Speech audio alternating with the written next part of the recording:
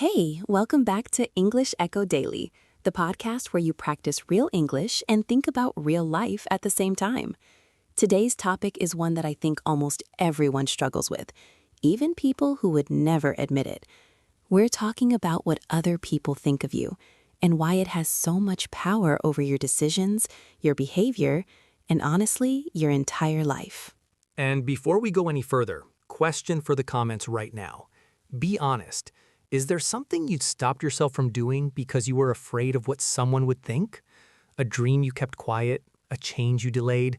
Something you wanted to say but didn't? Tell us below. No judgment. We've all been there. Okay, so let's just name something right away because I think it's important. Caring about what other people think is not a weakness. It is not a flaw. It is one of the most deeply human things that exists. And anyone who tells you, I don't care what anyone thinks, I'm a little skeptical of that, honestly. Same. Because we are social creatures. We evolved in groups.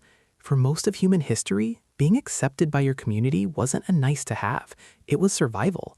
If the group rejected you, you didn't eat. You didn't have protection. You didn't make it.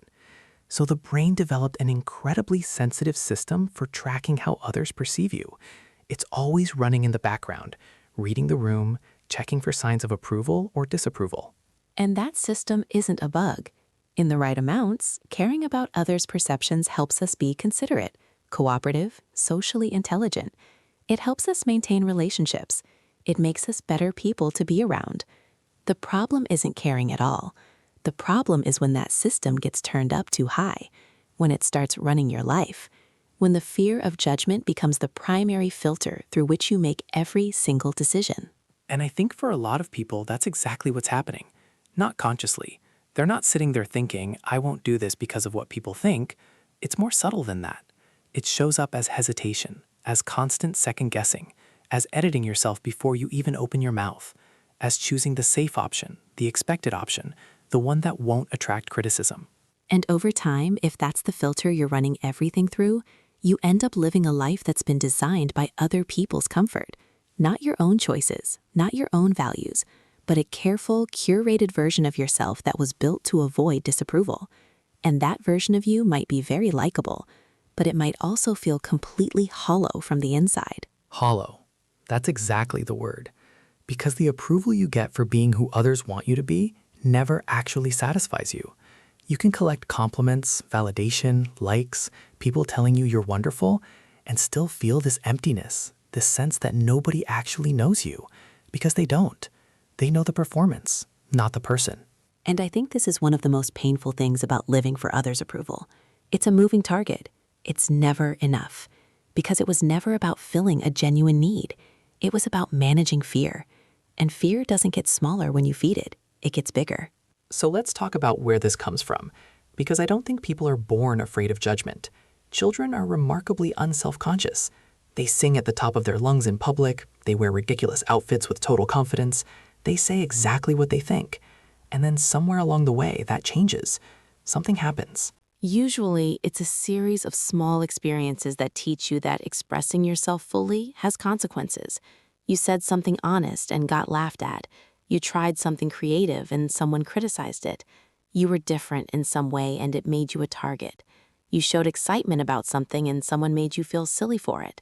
And you learned. Protect yourself. Edit yourself. Be careful. And those lessons make complete sense in the moment they're learned.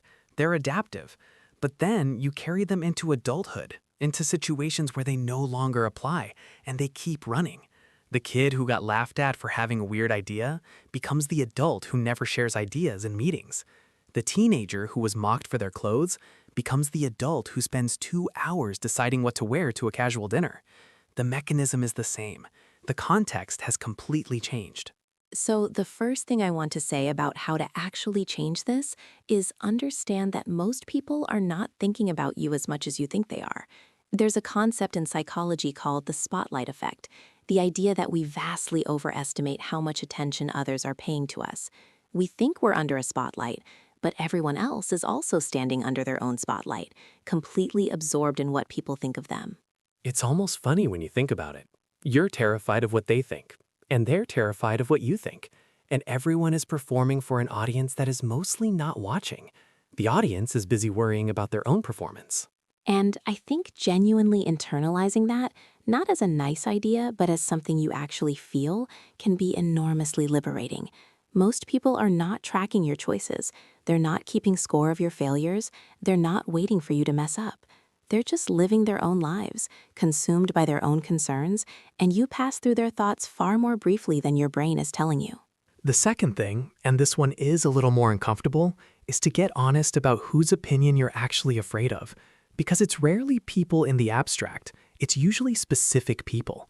A parent, a sibling, an old friend, a boss, someone whose approval you've been chasing for a long time. And often, the fear of their judgment is completely disproportionate to the actual power they have over your life. Right, like you're making a major life decision, whether to change careers, whether to move, whether to start something new, and running it through the filter of what someone who doesn't even live with you, who isn't paying your bills, who won't be affected by your choice at all, might think. And their imagined reaction is controlling your actual real life. And sometimes when you look at it that clearly, it starts to lose power. Not always. Sometimes the relationship is complicated and the fear is deeply rooted. But sometimes you realize, wait, why am I giving this person this much authority over my choices? Did I consciously decide to do that? Or did it just happen and I've never questioned it? Which leads to a question I think is really worth sitting with. If you knew, absolutely knew, that no one would ever find out what you chose, what would you do differently? If there were zero social consequences, zero judgment, zero possibility of anyone's opinion affecting you, what would change? What would you start? What would you stop? Who would you actually be? That gap between how you'd live with no audience and how you actually live, that gap is the cost of living for approval. And for some people, it's small. For others, it's enormous. An entire career chosen to impress someone, an entire personality shaped around being acceptable, a whole life lived at a fraction of its actual voltage. And here's the paradox that I find so interesting. The people we tend to admire most, the ones we find magnetic, compelling, genuinely interesting, are almost always people who seem free of that need for approval. Not because they're arrogant or don't care about others, but because they have a strong enough internal compass that they don't need constant external validation to feel okay about who they are. And that internal compass, that's what we're really talking about building. Not a thicker skin, not caring, but a stronger relationship with your own values, your own sense of what matters, your own judgment about your own life, so that when someone disapproves or criticizes or judges, it registers. Maybe it stings a little, but it doesn't collapse you because you have something solid inside that the opinion can bump into without breaking. And that thing gets built the same way every other internal resource gets built, through practice, through small acts of self-expression where you let yourself be seen, genuinely seen, not the curated version, and you survive it. Through saying the honest thing and watching the world not end. Through making the unconventional choice and discovering that most people either don't notice or don't care as much as you feared. If this conversation is landing for you, if you're nodding along and thinking about your own life, hit the like button right now. It takes 1 second and it genuinely helps us reach more people who need this kind of content. Thank you. And I want to name one more thing before we wrap up, because I think it's the piece that often gets left out of this conversation. And that's the difference between feedback and judgment. Because stop caring what people think can sound like ignore all input, never take anything on board, be completely closed to criticism. And that's not what we're saying at all. There's a version of caring what people think that's actually healthy and useful.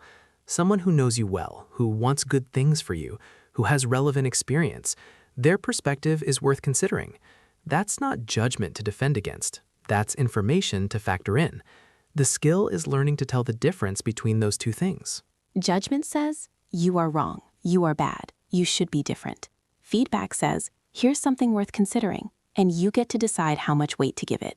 You are not obligated to accept everyone's opinion of you as truth, especially the opinions of people who don't know you, who aren't invested in your well-being, who are projecting their own fears and limitations onto your choices. Because here's something that almost nobody tells you about criticism. A lot of the time when someone judges your choices harshly, it has almost nothing to do with you. It has everything to do with the choices they didn't make, the risks they didn't take, the life they didn't build. And seeing you try, especially seeing you try and succeed, can trigger something uncomfortable in them. And judgment is how that discomfort comes out. So the next time someone responds to your growth with criticism or skepticism, it's worth pausing before you internalize it. Ask yourself, is this person speaking from wisdom and care, or from their own unexamined fear? Because you deserve to be very selective about which voices you let shape your story. Build your life from the inside out, not from the outside in. What you value, what you want, what actually matters to you when nobody is watching and there's nothing to perform. That's the real you. And that version of you, uncurated, genuine, a little imperfect, is almost certainly far more interesting than the careful performance you've been running. And probably a lot more free. Definitely a lot more free. Okay, before we go, subscribe to English Echo Daily if you haven't yet. A brand new episode every single day. Always in real natural English, always about something that actually matters in your life. And the final question for the comments today. Whose opinion do you give too much power to? And why do you think that is? Be honest with yourself. Write it down. You don't have to share it if you don't want to, but the act of naming it matters. See you tomorrow. Take care. Bye.